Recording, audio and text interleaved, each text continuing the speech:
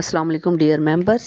आज हम 42 नंबर पे नाजिल होने वाली सूरह सुनेंगे जो कुरान पाक की मौजूदा तरतीब में 25 नंबर पे है और जब नाजिल हुई तो 42 नंबर पे नाजिल हुई थी। और ये सूरह फुरकान है। यानी फुरकान का मतलब है कि हक को बातिल में फ़र्क करने वाला, यानी कुरान पाक। बिस्मिल्लाह रहमान रहीम। इस सूरह में ये 77 आयात हैं और अल्लाह ताला फरमा रहे हैं कि बहुत ही बाबरकत है वो जिसने नाजिल फरमाया फुरकान अपने बंदे मोहम्मद सल्लल्लाहु अलैहि वसल्लम पर पूरे जहान के लिए ताकि खबरदार कर सके। अल्लाह ताला अहले मक्का से फरमा रहे हैं कि ए मक्के के लोगों, अल्लाह ताला की कोई औलाद नहीं है जो तुम लोग अल्लाह ताला की बेटियां बनाकर और कह रहे हो कि बेटियां हैं, ये फरिश्ते हैं, और उनको काबा के अंदर रख के उनकी परस्तिश कर रहे हो, उनकी पूजा कर रहे हो, उन पे चढ़ावे चढ़ा रहे हो और उनको अल्लाह का शरीक ठहरा रहे हो कि ये अल्लाह के सब वसीला बनेंगे हमारी। तो अल्लाह ताला वाहिद है, अल्लाह का कोई शरीक नहीं है, वो अकेला है। अगली आयत में अल्लाह ताला फरमा रहे हैं जो कि हज़रत इब्राहीम अलैहिस्सलाम ने जब उन बुतों को तोड़ा था, उस कुल्हाड़े के साथ उनके सर उनको तोड़ दिया था, के बल नीचे गिरा दिया था। और फिर उन्हें जब आके लोगों ने पूछा था कि इब्राहीम अलैहिस्सलाम आपने हमारे बुतों के साथ क्या सलूक किया है, ये किसने किया, तो वो कहते हैं कि इन्हीं से पूछ लो। यानी कि वो अपने आप को पैदा कर नहीं सकते, अपनी बात तो कर नहीं सकते, अपने आप को बचा तो सके नहीं है, तो तुम लोग उनको अपना वसीला मान रहे हो कि वो हमें बचाएंगे। तो अल्लाह ताला अब इन आयत में ये फरमा रहे हैं कि तुम लोग ऐसे माबूद तुम लोगों ने चुन लिए हैं, ऐसे लोगों की पूजा कर रहे हो, ऐसे लोगों की इबादत कर रहे हो जो कि खुद भी अपने आप को पैदा नहीं कर सकते, यानी तुम उनको बनाते हो हाथों के साथ, वो तुम्हें क्या देंगे। अगली आयत में अल्लाह ताला कफ़ार मक्का की वो बातें बता रहे हैं अपने प्यारे नबी को कि मोहम्मद, बाहर जो मक्के के लोग बातें कर रहे हैं जो कि आप नहीं सुन रहे, लेकिन वो बातें सरगोशियों में और चहमगोइयों ये कर रहे हैं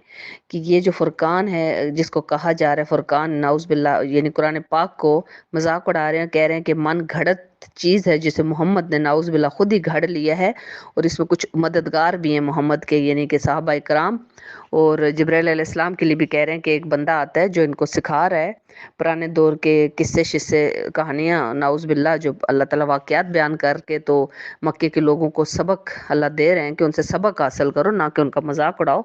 तो अब वो कह रहे हैं मक्के के लोग क्या बातें कर रहे हैं कि ये पुरानी कहानियाँ हैं और वो सुबह शाम हमें वो कहानियाँ गढ़ के तुम लोगों को सुनाते हैं मोहम्मद, नाउज़ बिल्लाह।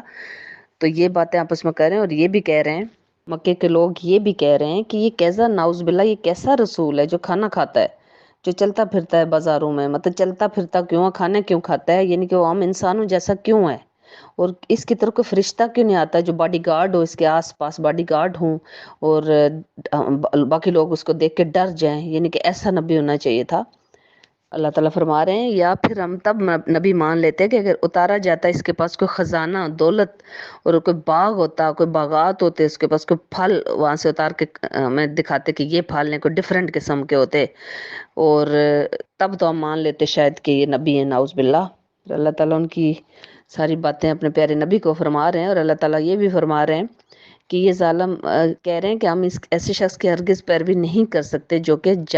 हमें जादू के ज़ोर से कोई आयत नाजिल कर रहा है। और अल्लाह ताला कह रहे हैं कि कैसे ज़ालिम लोग हैं, कैसी मिसालें आपके लिए दे रहे हैं मोहम्मद, ऐसे बहक गए हैं, इनका इनका कोई हल नहीं है। अल्लाह ताला फरमा रहे हैं कि ए मोहम्मद, अगर हम चाहें तो आपके लिए ये जो कह रहे हैं ना, ये जो फरमाइशें कर रहे हैं कि मोहम्मद के लिए ये हो जाता तो हम मान लेते, ये हो जाता तो, कहते हैं हम तो आपके लिए ऐसे ऐसे बागात जारी कर दें, ऐसे ऐसे बागात नाजिल कर दें जिनके नीचे नहरें बह रही हों, और ऐसे ऐसे महल्लात बना दें जो आपके शायान शान हो।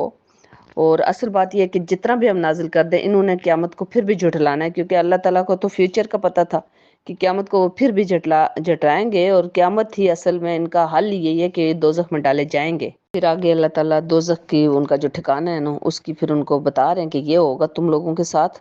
और वही इसी काबिल हैं, वही होना भी चाहिए। अल्लाह ताला फरमा रहे हैं कि फिर वो जो माबूद जिनको पूजा करते हैं ना, ये कफ़ार मक्का और बहुत से, अभी हम में भी अल्लाह हमें बख्श दे कि हम लोगों में भी बहुत से ऐसे हैं जो कि अल्लाह को छोड़ के, अल्लाह के रसूल को छोड़ के और कुरान को छोड़ के वो जाके मज़ारों पे तो सजदे करते हैं। वो तो अल्लाह ताला कह रहे हैं कि वो जो माबूद होंगे जिनको वो सजदा करते हैं, जिनको अपना मुर्शिद पता नहीं क्या बनाते हैं, तो अल्लाह ताला उन उन लोगों से पूछेंगे, यानी जिनको ये शरीक ठहराते हैं ना, उन माबूदों से अल्लाह पूछेंगे कि क्या तुम लोगों ने इनको कहा था कि मेरे साथ शरीक ठहराओ। तो वो आगे से वो जो ہوں گے نا بت، وہ بول پڑیں گے کہ اے اللہ ہماری اتنی طاقت نہیں تھی کہ ہم ان سے یہ کہتے کہ ہماری پوجا کرو، یہ اصل میں خود ہی بہکے ہوئے لوگ تھے۔ اب 30ویں آیت میں اللہ تعالیٰ فرما رہے ہیں کہ جب محمد صلی اللہ علیہ وسلم بھی قیامت والے دن ہر نبی جو اللہ تعالیٰ سے ایک فریاد کریں گے، اور ہمارے پیارے نبی بھی اللہ تعالیٰ سے فریاد کریں گے اپنی قوم کے ان لوگوں کے لیے، اپنی امت کے، جنہوں نے قرآن پاک کو اگنور کیا ہوگا، قرآن پاک کو پشت کے پیچھے ڈال دیا ہوگا۔ یہ آیت آپ دیکھیں 30ویں سورہ فرقان کی آیت ہے، اور اس کو غور کریں اس پہ، کہ اسی لیے ہم چاہتے ہیں کہ زیادہ سے زیادہ قرآن پاک کو ہم پڑھیں۔